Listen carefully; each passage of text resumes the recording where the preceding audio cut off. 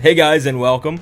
It is the second episode of The Bearded Christian, and I am very thankful that you guys are watching, for it is the week of Thanksgiving. So, hope everybody has a blessed Turkey Day, and I can live for a month after Thanksgiving, up until Christmas, on turkey, ham, and Hawaiian rolls. I love that stuff. I love Hawaiian rolls.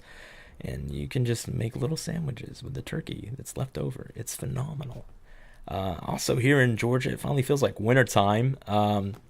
We skipped 40 degrees. It went from 80 to 40 something. It's crazy, the weather down here. But I am thankful. I'm excited that we will be talking to you guys today. And I want to be talking to you guys about matters of the heart.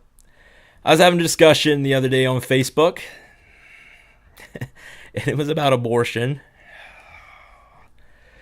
Not the best place to have those discussions, I'm going to tell you. But ultimately, at the end of it, I got convicted. God really spoke to me and was like, hey, man, Jonathan, you're trying to change their mind before I change their heart. And that really hit me. And I never really thought about it that way. But I think instead of trying to change people's minds, that most Christians, we want to spout out the truth, and we want to preach the truth and preach this, and ultimately, what are we going to change if God doesn't change their heart? Now, don't get me wrong, we're co-laborers with Christ. We plant the seed and we water, and He gives the increase, right? And so the thing is, though, I think in my mind, I never really made that correlation that I need to be going and making investments in the heart and not in their mind, not in their just understanding up here, but in here. And it really changed the way I look at things and my perspective. I don't know. Maybe you've been doing it right the whole time. I don't have all my stuff together yet. So if you do, great. Good job for you. But to me, it really changed. Because in Proverbs 21:2, this verse, I love it. It says, every way a man is right in his own eyes, but the Lord weighs the heart. And yet again, in Proverbs, it says, the fool says in his heart, there is no God. And I think so many times I go after the mind and not here.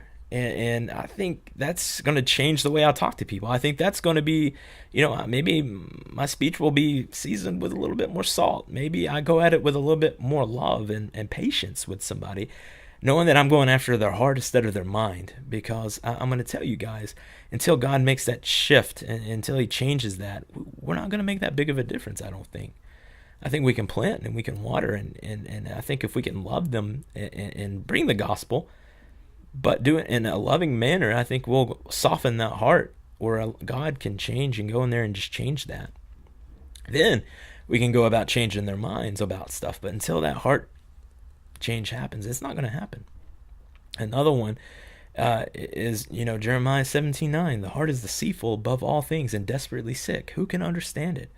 So, until God goes in there and does surgery in people's lives, I think we should go about it in peace and patience and love. Imagine that with people, and not be so argumentative, because what's the point of arguing with somebody if their mind isn't going to change?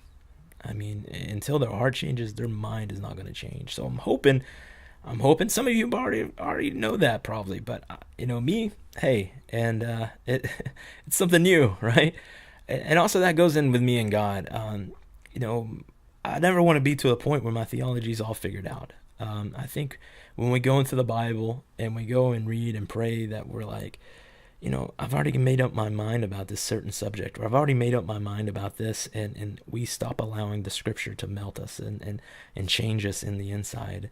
And I hope, I'm hoping, 30, 40 years down the road, that God still sends new things like this to me each and every day and speaks through His Word, and I can listen. So that's the big one, that I can listen to Him and apply it. So that's the new little words of wisdom that I've got from the Bearded Christian. I hope you guys enjoy it. Hope you guys have a great Thanksgiving week. And remember, go after people's hearts and not just their minds. Thank you, and have a great day.